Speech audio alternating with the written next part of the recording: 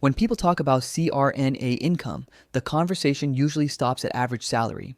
That approach misses the most important variable in anesthesia compensation: how you are paid. Two clinicians with the same skills, experience, and workload can earn dramatically different incomes simply based on whether they are paid as W-2 employees, independent contractors, or locum providers. In this video, we're going to break down how pay models work and why the difference between them can reach $150,000 per year. This is not about choosing the best option for everyone. It's about understanding how compensation is structured so you can evaluate trade-offs clearly and realistically. The three pay models at a high level. There are three primary compensation models in anesthesia practice. Each one prices time, risk, and responsibility differently. W-2 employment is the traditional employee model. Income is predictable, benefits are bundled, and taxes are handled automatically. 1099 contracting treats nurse anesthetists as independent businesses. Pay rates are higher, but responsibility shifts to the individual. Locum work is short-term, high-demand coverage that often pays the highest rates with less long-term stability. All three models exist because different facilities value flexibility, coverage, and risk differently. That difference in value is what creates the income gap. W-2 employment, stability with a ceiling. W-2 employment is the most familiar model. Compensation is usually expressed as an annual salary with benefits such as health insurance, retirement matching, paid time off, and malpractice coverage. For nurse anesthetists, W-2 based salaries commonly fall into a narrow range depending on region and experience. While overtime and call pay may exist, many positions cap earning potential through fixed schedules or limited premium hours. The advantage of W-2 employment is predictability. Income is stable. Taxes are withheld automatically. Benefits reduce out-of-pocket expenses. For many people, this stability has real value. The downside is that pay growth is often incremental. Raises tend to follow institutional budgets rather than market demand. When operating rooms are short-staffed, employees may work more hours without seeing proportional increases in compensation. This is where the ceiling forms. 1099 contracting, higher pay through responsibility. 1099 contracting changes the equation. Instead of being an employee, the nurse anesthetist operates as an independent contractor. Compensation is usually hourly or daily, and rates are higher to account for lack of benefits and increased responsibility.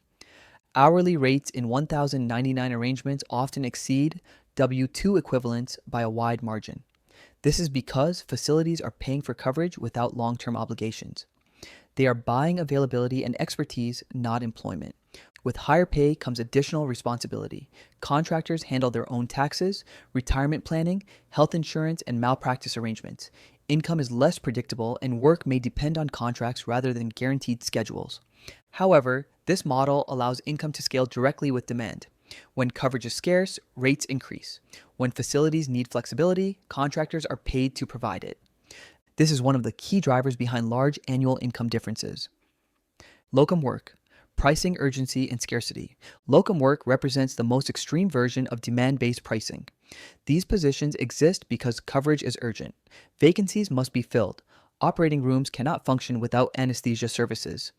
Because of this urgency, locum rates are often the highest in the market.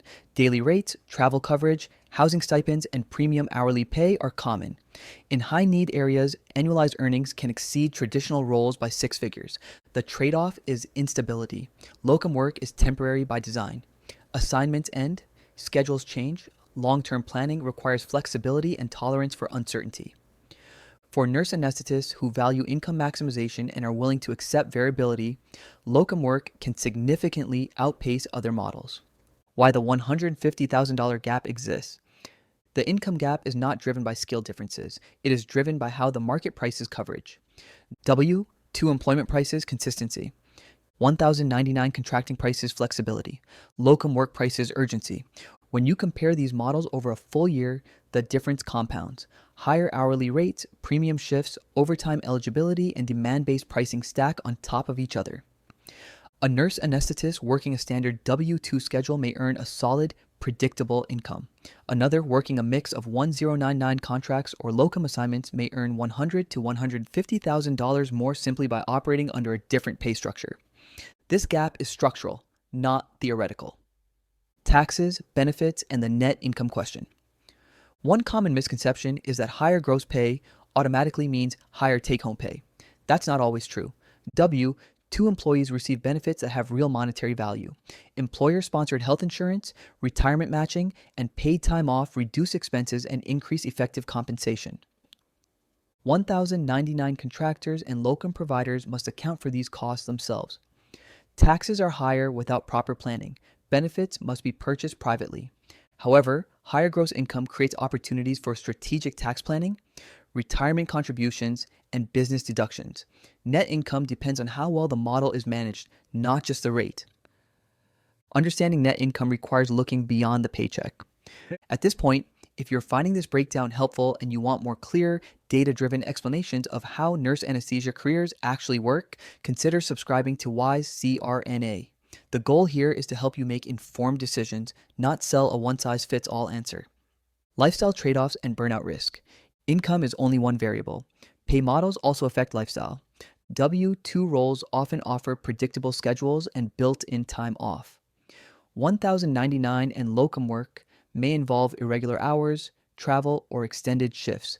Higher pay often correlates with higher intensity. Premium rates exist because coverage is harder to staff. Understanding your tolerance for variability and workload is essential when evaluating compensation options. The best model is not the highest paying one on paper. It's the one that aligns with your financial goals, risk tolerance, and desired lifestyle. How pay models affect long-term wealth. Over time, the differences between these models compound. Higher annual income allows for increased investing, faster debt repayment, and greater financial flexibility. Even modest differences in yearly earnings can lead to significant disparities over a 20-year career. A consistent $100,000 annual difference can translate into millions in lifetime wealth when invested wisely.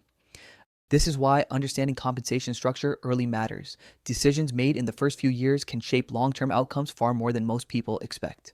Choosing the right model for you. There is no universally correct choice. Some nurse anesthetists prioritize stability. Others prioritize income maximization. Many move between models at different stages of their careers. The key is understanding how each model works so you can choose intentionally rather than by default. When you know what drives compensation, you control the decision instead of reacting to offers without context. The reason CRNA pay can vary by $150,000 per year is not mystery or hype, it's structure. W-2 employment, 1,099 contracting, and locum work, price time, flexibility, and risk differently. Once you understand those mechanics, the numbers make sense. Before you go, take a second to watch the next recommended video on your screen. It builds directly on what we just covered and helps you understand how compensation decisions play out over an entire career, not just 1 year. If you're serious about making informed choices in nurse anesthesia, that next video will give you more clarity. I'll see you there.